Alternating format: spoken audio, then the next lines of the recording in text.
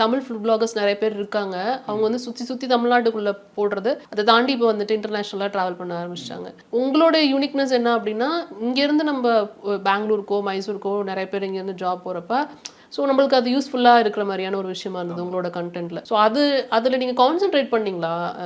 இப்படி இங்கேருந்து தமிழ் வராங்க அப்படின்னா அவங்களுக்கு இது ஈஸியாக இருக்கும் அப்படின்ற மாதிரி ஏதாவது கான்சென்ட்ரேட் பண்ணீங்களா? இல்லை, நான் அப்படியே எதுவும் கான்சென்ட்ரேட் பண்ணல. எனக்கு தெரியும். எனக்கு வந்து ஃபர்ஸ்ட் ஆஃப் ஆல் நான் வந்து ஒரு ரெஸ்டாரண்ட்டில் வீடியோ எடுக்கும்போது அவர்கிட்ட நார்மலாக கேஷுவலாக ஒரு கன்வர்சேஷன் இருக்கும்போது அவர் என்ன சொன்னார்னா, நீங்கள் நம்ப மாட்டீங்க, இந்த ஏரியாவில் மட்டுமே கிட்டத்தட்ட ஒரு 5 லட்சம் தமிழ் மக்கள் இருக்காங்க. எங்கே? அந்த பெங்களூர் எலக்ட்ரானிக் சிட்டின்னு சொல்ல போகிற.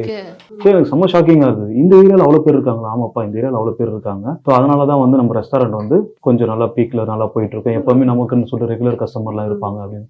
Okay fine. ஸோ அந்த ஒரு ஏரியாவில் இருக்கும்போது ஆல்மோஸ்ட் அந்த சிட்டியை பற்றி சொன்னோம்னா ஒரு குறைஞ்சது நார்மலான ஒரு ஆள் ஒரு 5 மொழி பேசுவாங்க. ஸோ அதனால லாங்குவேஜ் பேரியர்ன்றது இருக்கவே இருக்காது. ஸோ அப்படியே நம்ம அதே மாதிரி ஃபுட்டுக்கெல்லாம் ரொம்ப இம்பார்ட்டன்ஸ் கொடுப்பாங்க.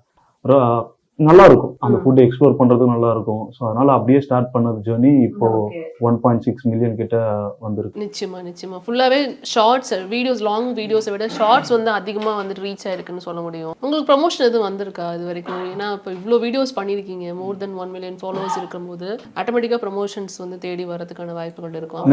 நிறைய வரும் மேம். ஸோ நிறைய நான் வரதை விட ஒரு 95% நான் ரிஜெக்ட் தான் பண்ணுவேன். ஏன்னா ஸ்டார்டிங்ல இருந்தே மைண்ட் செட்ல இருந்தது நிறைய பேருக்கு ஹெல்ப் பண்ணணும், ஸ்ட்ரீட் வெண்டர்ஸ்க்கு ஹெல்ப் பண்ணணும், யாரெல்லாம் கஷ்டப்படுறாங்களோ அவங்கள வந்து ஹைலைட் பண்ணி அவங்கள வந்து பார்த்தீங்கன்னா நல்ல பிஸ்னஸ் கொடுக்கணும். இப்போ நான் டே பிஃபோர் எஸ்டே ஒரு வீடியோ அப்லோட் பண்ணியிருந்தேன். காலையில இருந்து ஒருத்தர் வந்து பார்த்தீங்கன்னா மார்க்கெட்டிங் கம்பெனியில் ஒர்க் பண்ணிட்டு ஒரு பைக்லேயே வந்து ஆம்லேட் போட்டுட்டு இருக்காரு. ஸோ அவருக்கு வந்து பார்த்தீங்கன்னா ஈவினிங் 5 to 10 வந்து இந்த பிஸ்னஸ் பண்ணுறாருன்னு சொன்னார். ஓகே ஃபைன், நல்லா. எனக்கு வந்து பார்த்தீங்கன்னா மோர் ஓவர் ஃபுட்டு ப்ளஸ் அந்த பர்சனோட அந்த ஒரு இன்ட்ரெஸ்ட் அவங்களுக்கு சப்போர்ட் பண்ணணுன்றதுனால அந்த மாதிரி ஒரு மைண்ட் செட்டோட தான் நான் போவேன். ப்ரொமோஷன் வரது வந்து பார்த்தீங்கன்னா நிறைய ஃபுட்டை தவிரலாம் நிறைய வந்து அதை நான் பண்ண மாட்டேன். ஸோ அது ஆரம்பத்துல இருந்தே மைண்ட் ஸ்ட்ரிக்டாகவே ஃபிக்ஸ் ஆயிடுச்சு. அது பண்ணக்கூடாது, நம்ம எதில் இருக்குமோ அதே பண்ணலாம் அப்படின்னு சொல்லிட்டு. ஈவன் நிறைய ரெஸ்டாரண்ட்லாம் போயிட்டு சாப்பிடாம வந்திருக்கேன். ஒரு சில ரெஸ்டாரண்ட்ல நீங்க வெளியே சாப்பிடாதீங்கன்னு சொல்லியிருக்கேன். And I am the only food blogger இது வரைக்குமே 1000 வீடியோ மேலே பண்ணியிருக்கேன். இன்னமும் வீடியோ இருக்கு, 400+ இருக்கு என்கிட்ட. ஒரு ஷவர்மா கடை கூட நான் கவர் பண்ணதில்லை.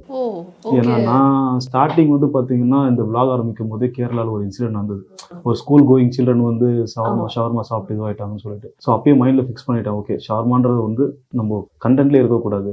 Even many people approach, many people சொல்லுவாங்க இதெல்லாம் இங்கே போய் ட்ரை பண்ணுங்க ஷவர்மாலாம். பட் நான் இது வரைக்குமே பண்ணதில்லை. ஸோ மக்களுக்கு கொஞ்சம் ஹெல்த்தி ஃபுட்டு கொடுக்கணும்.